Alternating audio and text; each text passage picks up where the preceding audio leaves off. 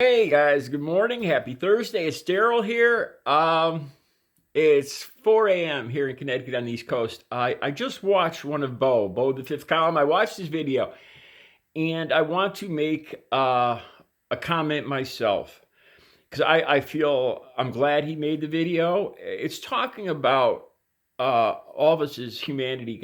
We have to come together and not use this as a nationalistic thing, trying to blame other people. And I kind of want to expand on that.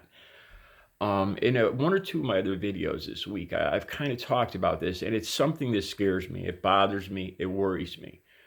Um, in the long run, I've thought about other world-changing incidents that have happened to the United States and to other countries in general. 9/11, World War II, Vietnam. And as this thing starts to wind down, maybe this summer, hopefully, there's going to be a tally of the financial damage, the human damage, how many lives were lost, how much time was lost from work, how our economy took a hit, and the damage is going to be overwhelming. And I believe, as politicians do, especially, they'll probably lead the charge. There is going to be there's going to be a search for someone to blame. There's going to have to, as humans in general and as politicians especially, they need to assign blame for this. We can't just let it go as a virus, as something that happened, as probably a result of our own mismanagement with food and science and our understanding of viruses is probably really what led to this. But with the anti-scientism that's around today, there's a general feeling these days with conspiracy theories that if something looks like something, then it is that way. And things aren't always what they seem. Just like go back to Christopher Columbus. It wasn't that long ago in the whole scheme of history. Columbus was not that long ago in the time that humans have been here. And they thought because the earth looked flat that it was flat. You know what I'm saying? And that they thought that everything revolved around the earth because it looks that way. And sometimes it's, you can't believe your eyes. You can't. We have to use science and logic and everything we've learned in the past generations to help us move forward. We need science. Science is important. As this pandemic ends, there's going to be, I'm getting more terrified day by day because I know there's going to be a tally, and then there's going to be a need to assign blame, and there's going to be a lot of blame, and there's going to be a lot of anger amongst certain groups of people. They're going to need retribution. The people, it's a shame. It's a shame because a lot of times the people that look for retribution are the same people that label themselves Christian or religious. This whole eye for an eye thing. And they can't just let it go as call it an act of God. Call it our own mismanagement. Say if this did start in Wuhan, China, in what they call the wet markets, where they deal with live animals, trading live animals for food. Health-wise, science-wise, it's probably not the best situation. But I'm not to assign blame to China is wrong.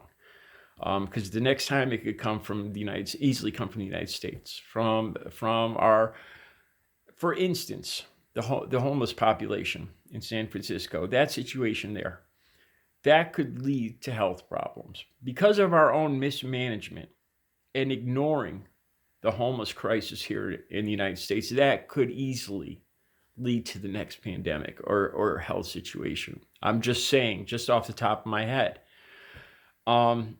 It's through our own blindness, our own mismanagement, I think, that a lot of our own problems arise. So anyway, back to when this ends, I'm really worried about this because there is going to be a strong desire among some people to assign blame. And I could already see this anti-China thing, and that bothers me. I don't want to start talking about prophecy and stuff like that, but there was already a lot of indications that stuff like this was going to happen. And it seems to be unfolding right before our eyes this year. And that scares me. That's all I'll say about that. I don't want to start talking about prophecy, but we just know, I believe that we can always change the future. The future isn't set, and I believe that too. Another thing that I want to talk about is 5G.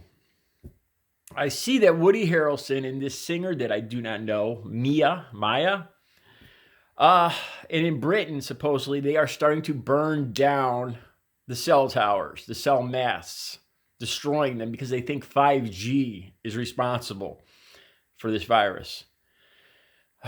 Now, guys, I understand things that people, when you don't understand how something works, it appears scary. It appears like magic. If Christopher Columbus was standing here and I took him for a ride in my car, he'd be terrified because he doesn't understand how it works. He'd blame it on the devil. And that's kind of what I see with these people with 5G. They don't understand how it works. They don't understand what it's about, and they blame it for all the problems in the world. Oh my God, it's got to be 5G. 5G caused the pandemic. This kind of misinformation scares me. The fact that Britons are burning down cell towers scares me. You could easily see this, the rest of this year could turn out so much worse if we let our fear and our retribution get the best of us. As with just a single person, when something bad happens, learn from it. Learn from it. Learn from your mistakes. Learn from the damage that's been caused to you. Learn how to avoid it and move on. That's all. Retribution does no one any good. Retribution, anger, jealousy, envy, all that stuff. They're pointless emotions. It's a waste of energy. And in general, negative will bring you more negative. Learn from your mistakes. We have to study where this came from exactly, how it was transmitted, how it evolved. I'll say this. One scary thing is that it was transmitted. Apparently, a tiger in New York Zoo tested positive for coronavirus. So it can be transmitted that way. The scary thing is how adapted it was to the humans. That scares me and worries me. And that it doesn't seem to have evolved like viruses do. That's a good thing. But it's odd because most viruses do adapt and they mutate. Just things we need to study. I think if we use the rest of this year and after the pandemic to focus on how we could be better prepared or prevent this happening again, our time would be best spent. Pointing fingers, retribution, anger, payback, just all pointless wastes of energy. And it could make 2020 and 2021 a much, much worse future if we don't start acting a little more evolved and paying attention to what our environment's saying, what our bodies are saying, what science says. Just some thoughts. All right, you guys have a good Thursday.